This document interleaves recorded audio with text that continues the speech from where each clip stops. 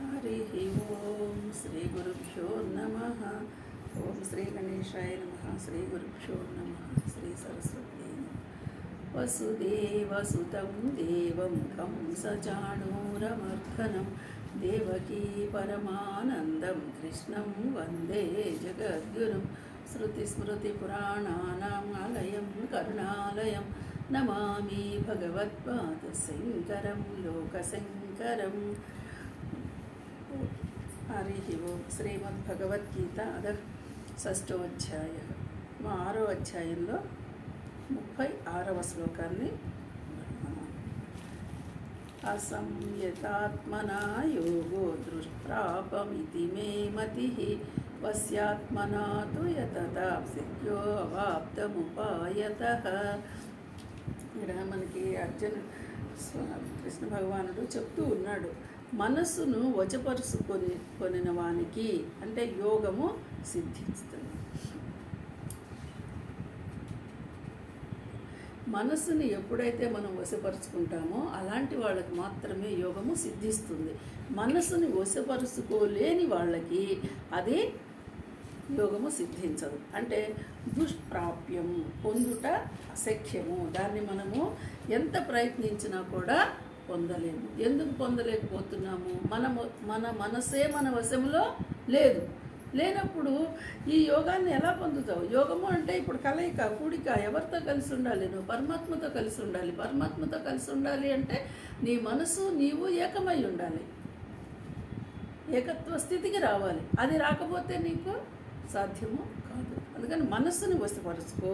ఆ మనస్సును ఎవరైతే వశపరుచుకోలేకపోతున్నారో అలాంటి వాళ్ళకి ఇది చాలా కష్టము అని చెప్తున్నారు. అలాగే వశ్యతాత్మన, మనస్సు వశమైన, యతత ప్రయత్నశీలులకు, ఉపాయత సాధనతో. ఇక్కడ మనస్సుని వశంలో పెట్టుకున్న వాళ్ళకి ఎలాంటి ఉపాయం చెప్తున్నాడు? ఉపాయమే మనసును పెట్టుకోవాలి. ఏ ఉపాయంతో నువ్వు మనసును పెట్టుకోవాలి?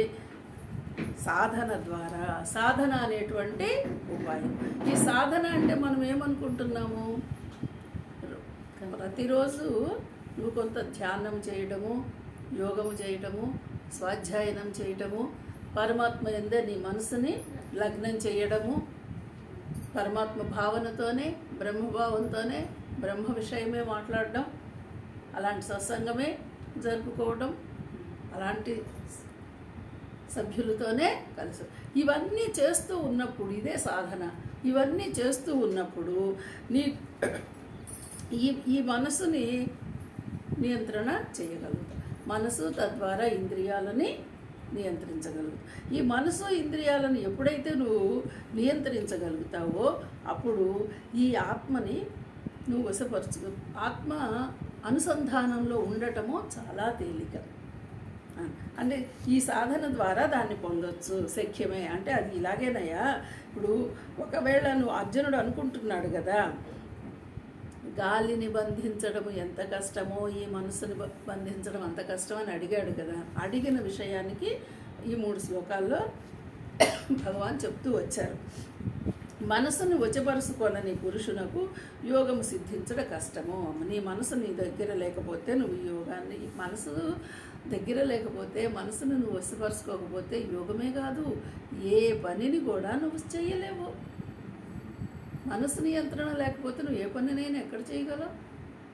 మనసు చంచలమై ఉన్నప్పుడు ఏ పని మీద ఉంటావు? చేయలేవు, సాధ్యం కాదు. హరి ఓం. అలాగే మనసు వశమందున్న వాళ్ళకి ఆ సాధన ద్వారా చక్కగా దీన్ని నువ్వు సిద్ధి పొందుతావు. మనసు నీతోనే ఉందనుకో, నువ్వు ఏ పనైనా చేయగలవు, పని జాగ్రత్తగా చేయగలవు, ఆ పనిలో లీనమై ఉంటావు, ఆ పని యందు విజయాన్ని పొందుతావు అని చెప్తున్నారు.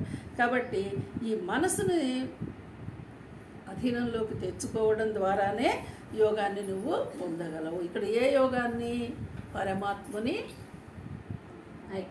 ఐక్యమైనటువంటి యోగాన్ని పొందగలవు అని ఈ శ్లోకంలో మనకి చెప్తున్నారు. హరి ఓం.